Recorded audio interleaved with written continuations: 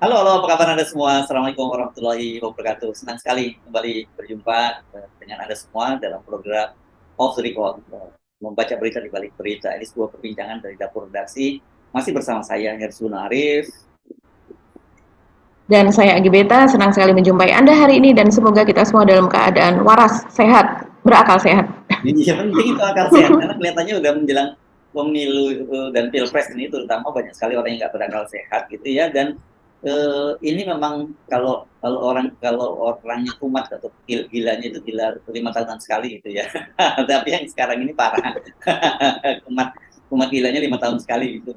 Tapi yang sangat menarik saya kira kalau kita mencermati bagaimana perseteruan antara PDIP dengan Pak Jokowi ya itu, dan keluarga khususnya sekarang tidak hanya Pak Jokowi tapi keluarga besar Pak Jokowi kan begitu ya, karena ada Gibran di situ, nanti ada Ibu Iriana juga di situ.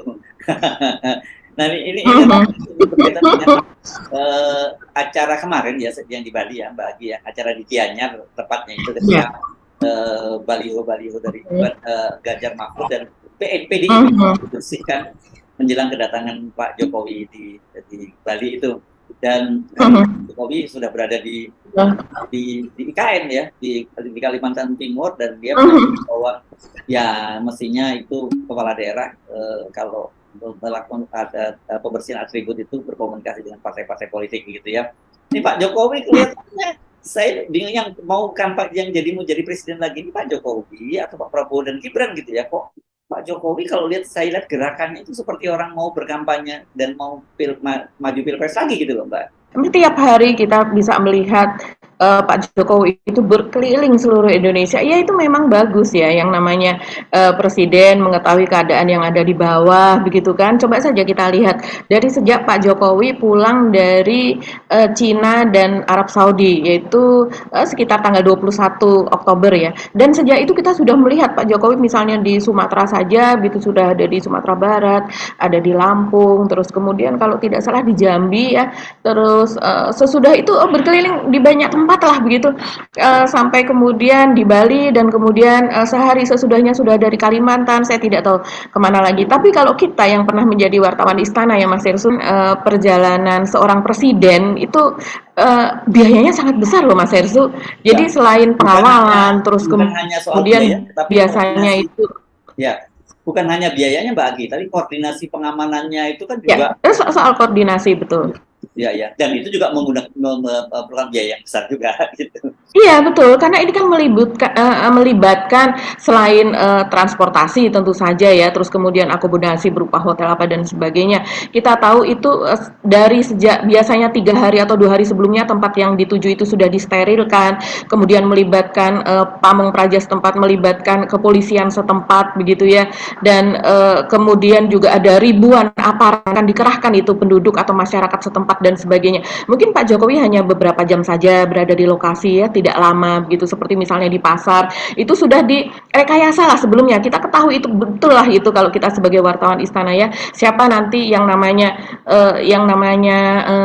penjual atau pedagang itu yang dia bertanya apa dan sebagainya. Walaupun kita tahu karakter Pak Jokowi itu kan dia sering melakukan gerakan tersendiri ya, misalnya diarahkan ke sini, dia melakukan gerakan ke sana sehingga terlihat lebih realistis begitu. Tapi kebanyakan itu adalah sudah disetting dan kita sudah tahu itu. Jadi apakah dengan dia misalnya seperti di Bali, seperti di berbagai tempat lah yang dia pergi ke pasar kemudian melakukan sidak harga-harga kebutuhan pokok yang memang saat ini sedang melambung tinggi, apakah itu sepadan dengan untuk mengetahui harga setempat, untuk menyaksikan menanyakan sendiri harga tersebut, apakah sepadan informasi tersebut dengan biaya miliaran yang dikeluarkan? Itu kan yang menjadi pertanyaan. Maka saya tidak heran kalau beberapa waktu lalu mantan menteri ya, juga ekonom senior seperti Bang Rizal Ramli itu mengatakan bahwa ketika Pak Jokowi nanti sudah lengser, apalagi kalau seandainya dia akan Bang Rizal ini sering melihat bahwa Pak Jokowi ini sepertinya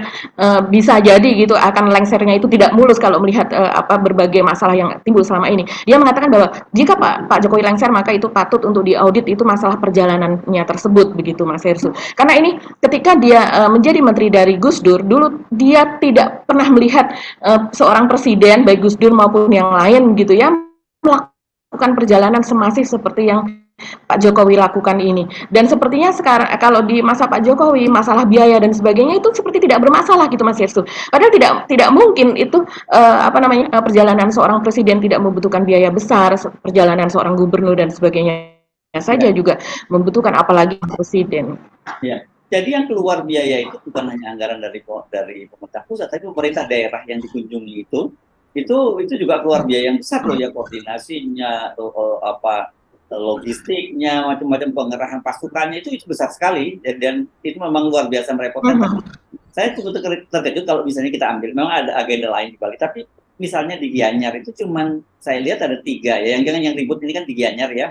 Itu di Gianyar itu acaranya cuman berkunjung ke sekolah SMKN gitu, melihat proses belajar mengajar, kemudian mengecek harga di pasar bulan di Gianyar, dan kemudian menyerahkan bantuan sosial gitu. Dan bantuan sosial ini kan sebenarnya cukup kepala dinas sosial aja yang menyerahkan, tapi selalu kan setiap kali ini yang bagi-bagi langsung ke keluarga itu kan langsung Pak Jokowi. Ini gaya Pak Jokowi yang khas banget sejak dulu, memang selalu begitu ya. Jadi ini banyak sekali pekerjaan-pekerjaan yang harusnya bisa diselesaikan di level kepala dinas saja di tingkat daerah gitu, atau kayak mungkin paling tinggi gubernur, itu diambil alih semua oleh Pak Jokowi sekarang itu. Dan ya kita tahu bahwa itu bagian dari kampanye. Nah, dengan kemarin yang kita bahas bahwa ini kelihatan sekali para menterinya Pak Jokowi, terutama 2 menteri kemarin sudah kelihatan kerja untuk kampanye untuk Gibran, ya kita bisa mencurigai bahwa ini juga bagian dari upaya Pak Jokowi untuk berkampanye untuk Gibran gitu loh, Mbak Agi, ya kan? Iya, kita bisa melihatnya demikian sebagai eksekutif yang tertinggi ya Pak Jokowi melakukan demikian. Dan kita juga belum lama ini kan juga Wakil Menteri ATR Raja Juli Antoni itu melakukan pembagian sertifikat yang sebetulnya hanya sekian ratus saja ya sertifikatnya. Kalau Pak Jokowi dulu sampai ribuan gitu kan.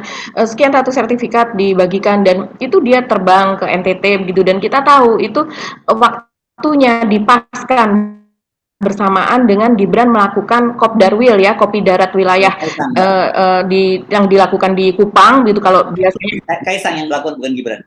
Ya. Kaisang bukan Gibran yang Oh ya, maaf, Kaisang. Ya, saya ralat maaf, Kaisang yang melakukan sebagai Ketua Umum PSI, yaitu dia melakukan perjalanan ke sana, kemudian PSI mengadakan Kopdarwil gitu ya, Kopi Darat Nasional begitu istilahnya, dan itu bersamaan dengan yang dilakukan oleh Raja Juli Antoni ketika itu, bersamaan dengan dia membagikan sertifikat di sana. Tentu ini memiliki konotasi bahwa apalagi si Raja Juli Antoni ini juga mencuitkan dia sebagai orang PSI begitu kan, karena di situ dia mention PSI, di situ dia mention Pak Prabowo dan Gibran sebagai orang yang dia dukung dan sebagainya. Jadi memang tidak ini nggak mungkin pemilu ini bersih Mas Hersu kalau kita lihat seperti itu. Dan apa yang dilakukan Pak Jokowi kemarin ketika ada di Bali pagi presiden gitu ya membuat sidak harga, terus kemudian melihat masalah pendidikan di sana, tapi siang harinya dia bertemu dengan para relawan arus bawah Jokowi atau ABJ. Ini salah satu relawan yang memang sangat masif ya, berada di mana-mana, maksudnya di banyak lokasi, di banyak tempat gitu. Dan Pak Jokowi saya rasa ini salah satu kelompok relawan besar gitu ya yang memang concernnya Pak Jokowi ke situ. Mungkin sebelum ini yang kita lihat harus bawah Jokowi ini ada tidak salah rakernas atau apa begitu ojo gerusa-gerusu semacam itu. Bali juga melakukan pertemuan dengan ABJ ini di siang harinya, dan kita tahu bahwa ABJ ini adalah relawan yang mendukung Gibran, karena kita kan seperti kita ketahui saat ini relawan dari Pak Jokowi ini terbelah Mas Hersu. Ada sebagian yang memang mendukung Prabowo Gibran dan ada sebagian yang lainnya lagi mendukung Ganjar Mahfud begitu. Dan saat ini memang kalau kita lihat, dan itu dinyatakan sendiri oleh Kaisang sebagai Ketua Umum PSI, anak Pak Jokowi juga, dia menyatakan bahwa tugas dari PSI sekarang ini adalah menggalang dukungan dari relawan Jokowi agar mereka bergabung dengan PSI. Dalam hal ini bergabung dengan PSI artinya adalah untuk mendukung Prabowo Gibran. Jadi kalau kita lihat dalam satu hari saja Pak Jokowi juga melakukan pekerjaan sebagai presiden begitu ya, di pagi harinya, kemudian siang harinya dia bertemu dengan relawan yang tentunya ini adalah pekerjaan politis dia, pekerjaan pribadinya yang tidak ada hubungannya dengan negara begitu Mas Hersu. Dari sini saja kita sudah bisa melihat wajar kalau kemudian ketika pagi harinya itu baliho-baliho dari PDIP itu kemudian dirubuhkan ya mereka orang-orang PDIP yang marah gitu, yang kecewa begitu mengatakan baliho-baliho tersebut diturunkan, dirubuhkan gitu. Tapi kalau dari pihak Pemprov Pemprov Bali begitu ya mereka mengatakan bahwa itu dipindahkan. Pak Jokowi juga bilang itu hanya dipindahkan saja begitu ya. Nah, ini yang membuat orang itu kan Bali kan kandang banteng ya. Saya rasa memang wajar kalau kemudian di sana banyak sekali baliho dari Ganjar Mahfud dan juga baliho dari PDIP begitu. Walaupun ada beberapa cuitan di Mas Hersu yang saya lihat di Twitter dan kemudian ada yang difoto juga mereka penduduk setempat menyatakan sebenarnya tidak hanya baliho dari PDIP dan Ganjar Mahfud saja kok yang diturunkan di sana tetap ada satu dua begitu baliho dari Prabowo Gibran gitu dan itu ikut direbahkan, ikut diturunkan begitu. Tapi saya rasa memang ini kemudian menjadi pertanyaan juga ketika dibandingkan dengan situasi di Sumatera Barat, di mana Pak Jokowi baru saja melakukan kunjungan juga di Sumatera Barat begitu kan. Dan ternyata di Sumatera Barat itu menjelang kedatangan Jokowi juga masif dipasang baliho-baliho besar begitu yang ketika apa namanya ditelisik oleh media ternyata itu memang yang memasang adalah Andre Rosiade yang kita tahu dia adalah seorang anggota DPR begitu dia juga pengurus DPP dan dia juga adalah ketua DPD Gerindra di Sumatera Barat begitu dan dia seorang caleg juga untuk apa periode berikutnya begitu. Tapi itu tidak dirubuhkan kalau di Sumatera Barat ya fan-fan saja tidak seperti kejadiannya yang ada di Bali. Ya, ya.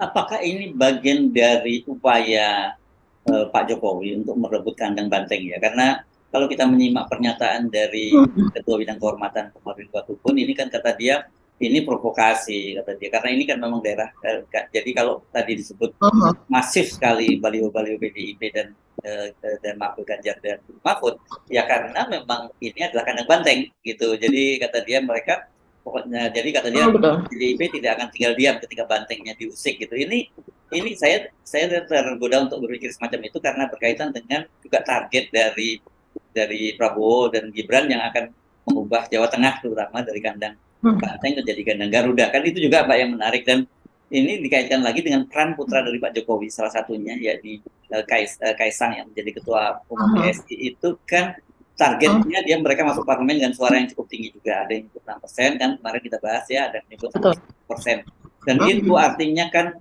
ya cukup tinggi kursinya bisa sampai 40 sampai 50 kursi lebih bisa 40 sampai 60 kursi itu kalau targetnya 6 sampai 10% itu dan itu berarti lebih ya kalau misalnya nanti dihitung lah tapi kira-kira pokoknya sekitar 40 ke atas lah ya kursinya itu dan dari mana diambil kalau segmen pemilihnya nggak mau ya segmennya PDIP jadi wajar kalau PDIP mulai merasa terusik dengan situasi ini jadi bukan hanya sekedar membelot di keluarga Pak Jokowi gitu kemudian tidak lurus tapi juga akan menggerogoti PDIP itu yang jadi masalah kan gitu. Iya, kalau kita melihat polanya untuk awal-awal ya, sekarang belum masuk ke situasi kampanye secara normal gitu ya. Kalau yang terjadi saat ini misalnya seperti kemarin itu di NTT Mas Hersu kan, itu yang dilakukan ketahuan begitu ya oleh wamen dari ATR tersebut dan juga Kaisang ternyata pergi ke sana dan kemudian melakukan berbagai pertemuan begitu selama 2 hari. Dan itu adalah kandang banteng disebutnya juga kan NTT begitu. Kandang banteng dalam hal ini adalah kandang PDIP begitu walaupun di sana memang sepertinya pendukung Pak Jokowi juga sangat masif. Nah, sekarang yang seperti relawan Jokowi saja itu kan diperebutkan antara Pak Jokowi dengan pihak Ganjar dalam hal ini PDIP begitu dan ternyata memang terbelah walaupun kalau saya lihat sejauh ini masih lebih banyak relawan dari Pak Jokowi karena memang seperti misalnya di NTT saja itu dihadiri oleh arus bawah Jokowi ini sendiri yang kemarin ada di Bali itu juga hadir di NTT kemudian ada Bara JP begitu ya kemudian ada Solidaritas Merah Putih atau Solmed kemudian ada alap-alap Jokowi ini apa nama-nama dari relawan Jokowi yang besar begitu selain dari Projo kan Pak Jokowi sendiri juga pernah mengatakan bahwa jumlah relawan Jokowi ini ternyata ada sekitar 2.300 bayangkan 2.300 itu banyak sekali dan sebagian dari relawan organisasi relawan Pak Jokowi Jokowi yang besar-besar tersebut, Pak Jokowi memang duduk sebagai dewan pembinanya begitu Mas Hersu begitu. Jadi untuk di NTT saja kita tahu itu sedang banteng dan sekarang berusaha PSI untuk masuk ke sana. Dan sekarang di Bali pun juga demikian gitu. Walaupun kita belum melihat gerakan PSI seperti apa, tapi memang sudah masuk juga ke sana. Apalagi kemarin juga bertemu dengan Pak Jokowi dan mereka menyatakan dukungannya kepada Prabowo dan Gibran, bukan kepada Ganjar yang diusung oleh PDIP. Begitu juga untuk di Jawa Tengah. Di Jawa Tengah ini kita melihat gerakan dilakukan oleh Gibran sendiri, yaitu pada setiap hari Sabtu Minggu begitu ya. Setiap itu dia melakukan safari politik begitu ke daerah-daerah begitu. Seperti misalnya di ke Boyolali begitu, ke Kampung Tembaga. Terus kemudian yang terakhir itu hari Ahad kemarin dia salah satunya melakukan kunjungan itu ke Temanggung Mas Hersu. Dan ini yang menarik yang kunjungan di Temanggung ini dia bertemu kan dengan para petani tembakau begitu ya, untuk menyerap aspirasi dari petani tembakau apa yang menjadi keinginan mereka begitu, keluhan mereka, dan ternyata ini mendapatkan tanggapan dari Asosiasi Petani Tembakau Indonesia atau APTI begitu. Dia justru menyarankan bahwa tidak tepat kalau seandainya Gibran itu datang ke petani-petani tembakau untuk menyerap aspirasi mereka, karena apa yang dilakukan Pak Jokowi selama 9 tahun terakhir ini ternyata tidak mengakomodasi suara mereka begitu. Jadi kalau ayahnya saja tidak bisa mengakomodasi suara mereka, apalagi sekarang anaknya begitu. Dan kemudian Gibran disuruh bertanya kepada bapaknya, disuruh bertanya kepada Jokowi begitu untuk mengenai permasalahan tembakau ini. Karena seperti kita tahu Mas Hersu, ini sedikit saja, para petani tembakau ini kan cukup banyak kalau di Jawa Tengah gitu ya, Jawa Tengah, sebagian juga Jawa Timur. Ini mereka selama ini berhadapan-hadapan dengan impor bahan baku tembakau yang harganya itu bisa jauh lebih murah daripada tembakau lokal begitu. Dan ini ada pemainnya, belum lagi soal harga tembakau kering yang sangat rendah, terus kemudian juga pupuk yang sangat terbatas begitu. Jadi ini permasalahannya sebenarnya dari tahun ke tahun itu saja. Jadi apalagi yang mau diserap? Di media sudah banyak gitu, apalagi ini tidak teratasi selama masa pemerintahan Pak Jokowi. Ya, ya, ya. Maksudnya udah mulai kampanye nih gitu ya. Maksudnya sudah mulai menyerap suara dari bawah. Nah, yang menarik lagi, hari Ahad juga kemarin, hari Ahad ya kalau tidak. Hari Senin ya Mas Hersu, ketika peresmian. Iya, ketika peresmian tempat pembangkit listrik tenaga sampah di pembangkit listrik PLTSA, A-nya kecil gitu ya. Jadi kalau A yang itu kan air, kalau ini sampahnya SA kecil, PT LSA di Putri Sempo. Ini menarik juga Mas Hersu yang terjadi di sana, karena ini kan memang salah satu proyek nasional. Kalau saya telusuri ini salah satu kebanggaannya dari Gibran gitu. Bahkan Anies saja yang di Jakarta, dia kan ingin membuat proyek sampah ini, pengolahan sampah untuk dijadikan pembangkit untuk menghasilkan listrik lah begitu ya. Itu saja kan ini tidak bisa berlanjut karena proyek itu kemudian ditutup sama Heru Budi begitu, PLT dari Gubernur DKI Jakarta. Tapi yang di Solo ini adalah salah satu proyek energi terbarukan tersebut, dan Solo ini ditunjuk dari 12 kota di seluruh Indonesia begitu, salah satunya adalah di Solo. Ini adalah proyek pemerintah pusat lah begitu ya. Tapi ini orang-orang melihatnya ini sebagai salah satu kesuksesan dari pemerintahan wali kota Gibran gitu. Dan kemudian ketika kemarin diresmikan, ini dapat mengolah sekitar 545 ton sampah dan menghasilkan 8 megawatt energi listrik. Ini cukup besar. Dari Gibran sebagai wali kota Solo tidak hadiri oleh 6 orang bupati yang ada di wilayah Solo Raya tersebut gitu. Ini saya rasa merupakan tamparan Mas Hersu, karena memang dari ke-6 bupati tersebut kalau kita lihat 4 orang diantaranya itu berasal dari PDIP gitu. Dan hanya 2 orang saja yang tidak dari PDIP. Empat-empatnya itu nggak datang. Padahal 6-6-nya nggak datang. Oh, 6-6-nya nggak datang. 6-6-nya nggak datang. Ya, enam-enamnya, jadi tidak ada bupati yang datang. Jadi kalau saya lihat di akun TikTok ya, karena ada yang mengunggah di sana, itu posisinya adalah ketika ada sebuah plakat akan ditandatangani itu Gibran menandatangani sebagai wali kota sendiri dan yang lainnya ditandatangani sebagai ya perwakilan lah dari para bupati tersebut gitu. Karena para bupatinya tidak datang. Nah, padahal ini posisi kerjasama ini sangat strategis karena karena Cempot tersebut dia kan membutuhkan sampah yang sekian banyak Mas Hersu. Bayangkan kalau untuk pengolahannya aja itu 545 ton misalnya ya, itu nanti akan habis tempat pembuangan sampah tersebut. Sampahnya akan habis begitu dalam waktu sekitar 5-6 tahun itu sudah habis. Dan tentunya itu membutuhkan sampah. Jadi sampah itu nanti direncanakan akan didatangkan dari Karanganyar, Wonogiri, Klaten gitu ya dan sebagainya, enam kabupaten yang ada di sekitar itu untuk menyetor sampah ke Solo dan kemudian diolah di situ untuk menjadi energi yang antara lain sebagian itu akan dipakai sendiri, sebagian lagi akan dijual kepada PLN. Nah, kerjasama ini kerjasama yang sangat strategis untuk mengatasi masalah sampah begitu dan sudah direncanakan sejak jauh-jauh hari salah satu proyek yang prioritas begitu, tapi ternyata di hari hanya para bupati tersebut malah justru tidak hadir. Ini apa Membangkang, ya? boleh dibilang ya, membangkang gitu.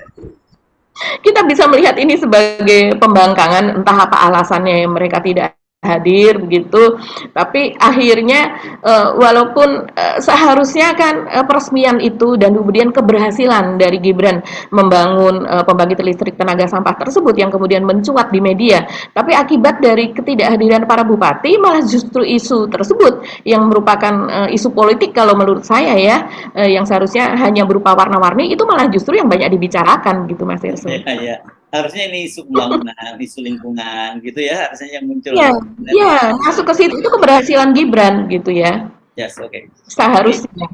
Jadi memang tanda-tandanya sudah mulai bersimpang jalan ini luar biasa ya. Dan kalau kita lanjutkan lagi kan kemarin juga ada satu peristiwa yang cukup menarik dan saya kira serius itu yang di DPR ketika politisi PDIP Mas Tepa Seribu mendesak DPR untuk menggunakan hak angketnya ya terhadap putusan Mahkamah Konstitusi 90 itu ya yang meloloskan Gibran dan saya kira ini mungkin orang bisa memperdebatkan soal apakah bisa Mahkamah Konstitusi itu dijadikan objek hak angket dan kalau nggak salah kan dulu pernah terjadi ketika itu dipersoalkan juga ketika hak angket KPK gitu ya Mbak ya dan pada waktu itu diajukan oleh para pegawai KPK ke Mahkamah Konstitusi ditolak oleh Mahkamah Konstitusi dengan alasan bahwa ya itu masuk dalam wilayah yang bisa jadi hak angket kan memang perdebatannya hak angket ini adalah hak untuk melakukan pengawasan terhadap berbagai program dan kerja dari pemerintah terhadap hal yang bersifat strategis kan begitu ya dan kemudian waktu itu ada perdebatannya bahwa yang disebut pemerintah itu ya dalam pemerintah dalam pengertian luas tidak hanya eksekutif tapi termasuk juga yudikatif dan legislatif di situ di dalamnya. Nah ini oke, lepas dari perdebatan itu kalau kemudian lolos hak angket ini implikasinya serius. Hak angket ini yang termasuk jarang digunakan di sejak negara berdiri di zaman Orde Baru, Orde Lama dan Orde Reformasi itu hak angket itu ya jarang digunakan. Tapi pernah juga digunakan itu yang paling kita ingat tentu saja pada itu Gus Dur ya waktu itu hak angket Blokir dan Brunei Gate gitu yang membuat Presiden Dur harus turun di tengah jalan. Jadi kalau sekarang ini sampai dilakukan hak angket ini hati-hati Pak Jokowi gitu karena serius ini Mas Hinton hari ini sudah mulai mengumpulkan tanda tangan untuk mendukung hak angket dia begitu dan kalau kita hitung-hitung seperti kemarin kita sebutkan di parlemen itu posisinya Pak Jokowi sekarang udah minoritas bukan lagi mayoritas seperti sebelumnya jadi peluang hak angket untuk lolos itu juga besar juga gitu loh jadi saya kira kita rakyat Indonesia dan juga Presiden Jokowi dan pemerintah mesti mengantisipasi ada kemungkinan ada proses-proses non elektoral yang terjadi karena anunya Pak Jokowi sendiri karena ulahnya Pak Jokowi sendiri gitu bukan kan harusnya Pak Jokowi ini kan dengan akhir periode ini periode yang kedua gitu soft landing lah gitu apalagi disebut katanya tingkat kepuasan publik terhadap beliau itu kan berapa 80% lebih jadi harusnya kalau memang betul seperti itu ya soft landing tenang tuh tapi kan gara-gara masih terus cawe-cawe dan ingin memperpanjang kekuasaannya melalui dinastinya yang terjadi manuver-manuver politik di luar itu terjadi dan jangan kalau yang melakukan PDIP jangan main-main ya karena PDIP ini satu fraksi terbesar di DPR dan kedua selama ini dia jadi yang selalu membackup dan membentengi Pak Jokowi ya ketika terjadi serangan-serangan terhadap pemerintahan Jokowi di DPR, di parlemen gitu. Jadi motornya lah PDIP gitu. Jadi kalau sekarang PDIP justru jadi motor untuk gerakan hak angket, nah menurut saya waspadalah gitu ya. Iya, ini semakin seru-seru sedap ya Mas Hersu kalau kita mengamati yang terjadi begitu. Karena apa yang ada di DPR itu adalah implikasi juga yang terjadi di apa di kenyataannya gitu di masyarakat gitu nyata dan jangan di ini ya karena memang mungkin kalau kita sehari-hari begitu hanya di rumah saja tidak terasa, tapi kalau seandainya kita sudah masuk begitu ke kantor-kantor partai, begitulah katakan demikian, terus kemudian ke ormas-ormas yang berafiliasi pada partai-partai tertentu, itu suasananya panas, Mas Hirsu. Saya juga sekilas gitu, ada yang menceritakan kepada saya, wah tukang-tukang para apa namanya ojol saja begitu ya kalau mereka sedang ini mereka juga membicarakan soal politik tersebut begitu mengenai soal keadilan mengenai soal apa begitu dan saya rasa jualannya Pak Jokowi yang kemarin ketika bertemu dengan 3 capres itu kan juga yang dijual di hadapan apa arus bawah Jokowi, relawan Jokowi kemarin ketika bertemu di Bali dan kita sudah menduga bahwa itu akan jadi jualan Pak Jokowi bahwa saya tuh bersifat netral, saya makan siang dengan 3 capres dan itu kita bercanda-bercanda begitu semuanya berlangsung dengan baik begitu dan kita akan melakukan apa namanya pemilu dengan netral dan sebagainya tapi dengan apa yang dilakukan Pak Jokowi itu seringkali kan bertolak belakang dan kemudian reaksi masyarakat itu dibayar tunai loh Mas Irsu seperti yang terjadi pada Gibran itu begitu ketika melakukan sesuatu di lapangan yang selama ini mungkin dia tidak begitu terasa ya bahwa ya di sekelilingnya ternyata juga apa para pemerintah daerah gitu para kepala daerah itu ya banyak yang dari PDIP dan mereka membalas dengan tunai gitu. Jadi oke, saya kira mungkin seru ya kalau bagi yang mereka sampai sekarang masih nggak percaya bahwa ini mereka memang betul-betul pecah kongsi dan PDIP main 2 kaki gitu. Saya kira ini tanda-tandanya cukup kuat sih bahwa terjadi perpecahan antara Pak Jokowi dan dengan PDIP. Dan kalau nggak pecah mana mungkin mengajukan hak angket. Hak angket itu implikasinya serius kok ya. Jadi ini bisa membuka kotak Pandora loh ini hak angket ini bisa berantakan situasinya kalau itu berjalan dengan baik. Gitu. Iya, iya. Ya, kemarin saja Mas Hersu, ini yang situasi yang ada di saya lihat percakapan di Instagram ya ketika Pak Prabowo mengunggah dia datang ke rumah Erick Thohir begitu Menteri BUMN yang juga kandidat kuat saingan dari Gibran untuk menjadi bacawa presnya Pak Prabowo kan sebelumnya begitu sebelum kemudian Pak Prabowo memilih Gibran dan kemarin itu Pak Prabowo itu mengunggah pertemuannya dengan Erick Thohir di mana dia datang ke rumah Erick Thohir berbincang-bincang begitu beserta ada istri dan anak-anak dari Pak ET begitu dan kemudian Pak Erick Thohir dalam narasinya di Instagram yang mengatakan bahwa anaknya pun juga berdiskusi gitu menyampaikan pendapat sebagai anak muda kepada Pak Prabowo begitu. Nah, dari situ saja dari 2 unggahan itu baik Instagram Pak Prabowo maupun Instagram Pak Erick Thohir itu orang kemudian banyak yang menafsirkan bahwa Pak Prabowo ini sedang melakukan exit emergensi atau emergency exit begitulah ya sebagai sebenarnya Gibran sewaktu-waktu ini akhirnya kan sekarang narasi yang terbentuk itu dari MK bahwa kalau seandainya Pak Anwar Usman itu memang nantinya akan di apa ya Nyatakan bersalah. Dinyatakan bersalah, dipaksa mundur begitulah apalagi kalau tuntutannya begitu kan kalau seperti para aktivis menuntut supaya dia diberhentikan dengan tidak hormat seperti itu, otomatis putusannya juga tidak akan dikatakan bisa dikatakan tidak sah. Nah, otomatis pengangkatan Gibran atau pencawapresan Gibran juga tidak sah. Nah, salah satu kemungkinannya ya Pak Erick Thohir begitu kok ujuk-ujuk begitu selama ini Pak Prabowo tiba-tiba ke rumah Erick Thohir gitu. Ya karena ini kan akan diputuskan sebelum tanggal 8 ya. Tanggal 7 itu akan sudah putus hari Selasa ya tanggal 7 itu akan sudah putus dan kenapa tanggal 7 itu harus diputus karena proses pergantian capres cawapres itu dalam tahapan pilpres yang diikuti oleh KPU itu berakhir tanggal 8. Jadi artinya kalau diputuskan bersalah dan kemudian ada konsekuensi batalnya Gibran itu berarti Pak Prabowo punya waktu sehari saja untuk mencari pengganti dan persiapan yang lain. Dan Erick Thohir sudah siap sih, sudah ngurus SKCK tinggal ganti aja gitu ya. Walaupun tentu saja tidak sesederhana itu karena banyak orang juga masih skeptis apakah benar Majelis Mhm. Kehormatan Mahkamah Konstitusi berani bertindak sedrastis itu. Kalau katakanlah mereka berani misalnya Mhm. rekomendasinya kan bisa teguran ringan, berat-berat dan juga kemudian diberhentikan gitu ya. Katakanlah kemudian dia diberhentikan, Mhm. tapi kan kemudian bisa perdebatan lagi. Kan ranahnya Majelis Kehormatan itu adalah ranah etik, tidak ranah yang pengambilan keputusan gitu. Katakanlah kalau dia diberhentikan, apakah kemudian siapa yang mengeksekusi keputusan itu gitu yang membatalkan Gibran? Memang masih banyak perdebatan. Tapi kalau lihat situasinya yang berubah dengan sangat cepat, apapun bisa terjadi sekarang gitu ya. Ya, jadi itu yang mesti diantisipasi. Sekarang ini Oke. jangan berpikir dengan logika yang linier seperti dulu bahwa Pak Jokowi masih sangat kuat, Pak Jokowi didukung oleh Betul. enggak, beda. Mhm. Sekarang Pak Jokowi ini benar-benar eranya masuki masa lemdak ini, saya kira Pak Jokowi ini bisa jadi kuda lumpuh yang mudah ditembak ini secara politik. Jadi sangat mungkin terjadi apapun. Jadi saya saran mesti hati-hati, mesti waspada Pak Jokowi gitu karena apapun ini bisa berubah dengan sangat total, Mhm.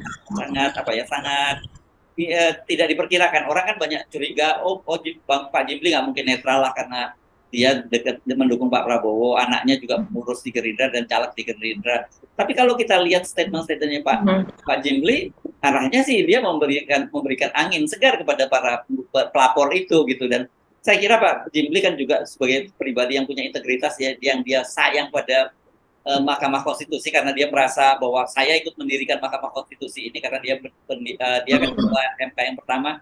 Dia juga tidak ingin rusak Mhm. dan lebih bukan hanya Mahkamah Konstitusi yang dia jaga, pasti bangsa ini yang harus dia jaga dan reputasi dia itu yang reputasinya Pak Jimli ini di internasional loh, bukan hanya nasional. Beliau kan belum lama ini dapat gelar profesor kehormatan. Ini profesor beneran ini, dia ngajar di Melbourne University. Apa jadi kalau Pak ini ngambil satu kebijakan yang bertentangan dengan akal sehat, ya dia pasti akan dicemooh oleh dunia gitu. Iya, dan bisa ditarik kembali itu gelar profesornya itu Mas Herssu yang dari luar gitu ya. Kita Iya, nggak tahu kalau soal kalau itu apakah bisa ditarik, tapi yang jelas kredibilitasnya tidak ada lagi kalau itu sampai terjadi. Iya, dan ini menjadi sorotan di media internasional kalau saya amati. Jadi mereka pun ingin tahu, ini kan salah satu cermin demokrasi yang ada di Indonesia dan penegakan hukum dalam hal ini. Dan kalau yang sebelumnya kita sering mengatakan ini keputusan dari MK adalah final and binding gitu. Tapi ternyata juga bisa saja dengan kejadian yang luar biasa ini, hal itu dikecualikan. Ini beberapa pengamat hukum mengatakan demikian. Kalau terjadi segala sesuatu tidak ada yang 100% pasti seperti itu begitu, kepastian gitu Mas Yesu, apalagi soal soal hukum yang berhubungan dengan apa namanya, berhubungan dengan sifat manusia, sikap manusia yang tidak adil gitu kan.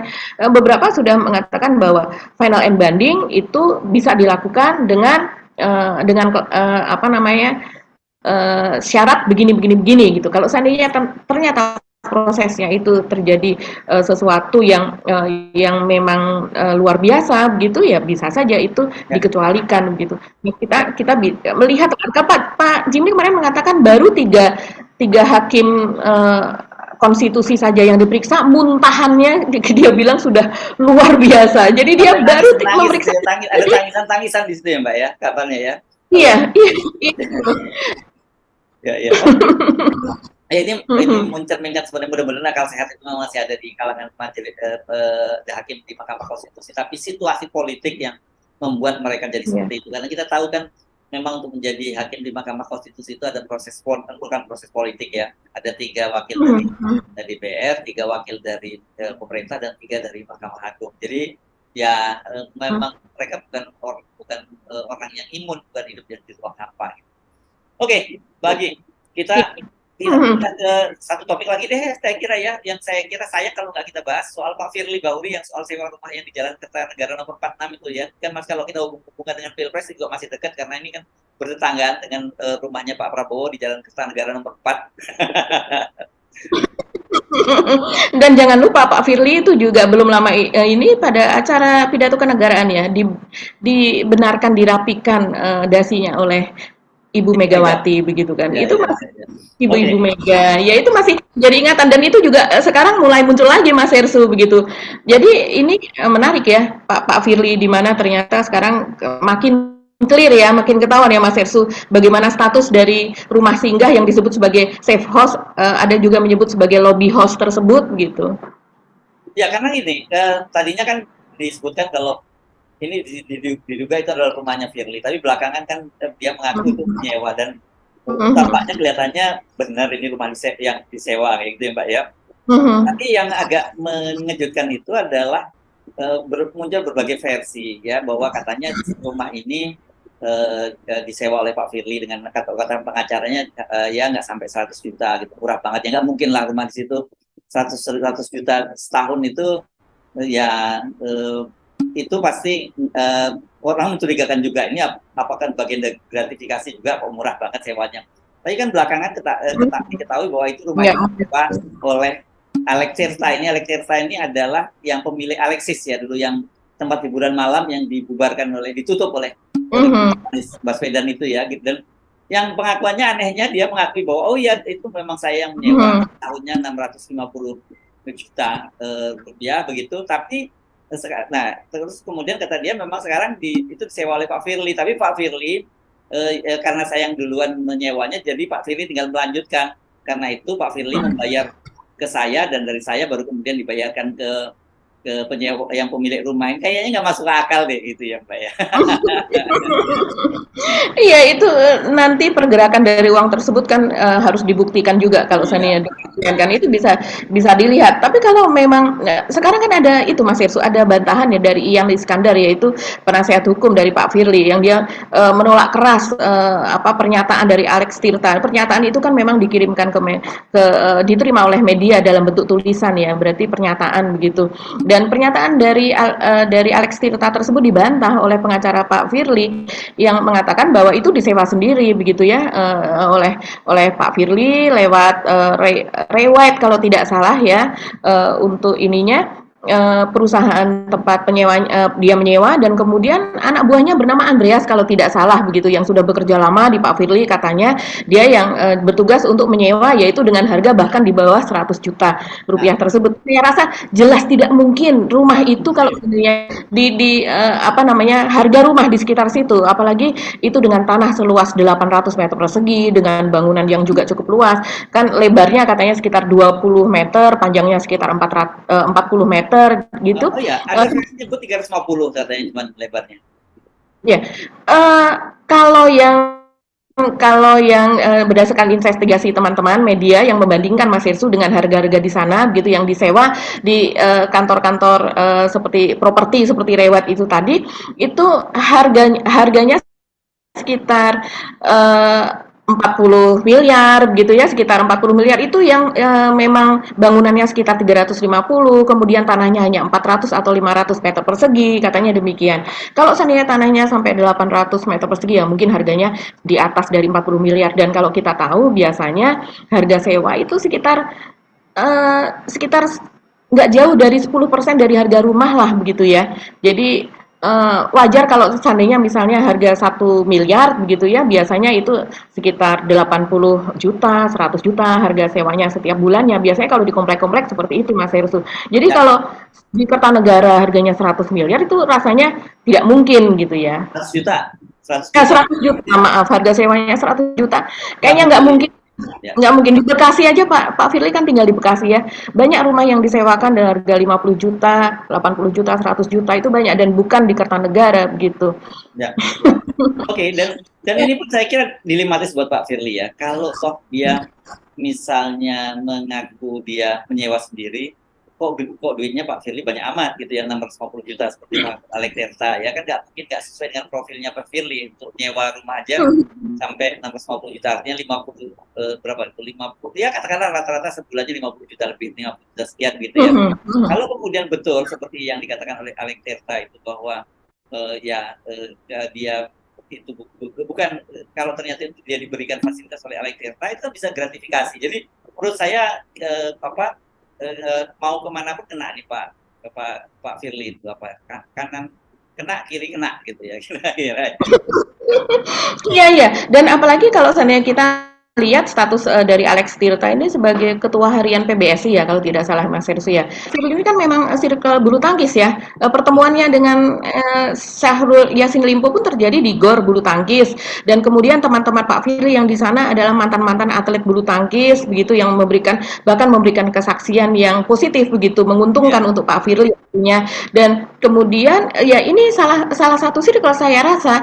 Dan Alex Tirta ini saya tambahin Mas Hersu, dia selain sebagai bos dari waktu itu Alexis ya yang ditutup oleh Gubernur Anies Baswedan gitu tidak diperpanjang lah masa ini apa namanya usaha tersebut, masa izin usaha tersebut. Selain itu juga kalau berdasarkan catatan ini juga dia adalah pemilik dari Colosseum gitu ya, Emporium, Play Club, Peace Club, Zen, Club 36 begitu. Ini klub-klub malam lah. Ini memang pengusaha hiburan gitu. Jadi kalau yang dulu memang Alexis itu ditutup karena bukan diduga banyak sudah apa namanya sudah menjadi rahasia umum bahwa menyediakan jasa prostitusi begitu kan ya.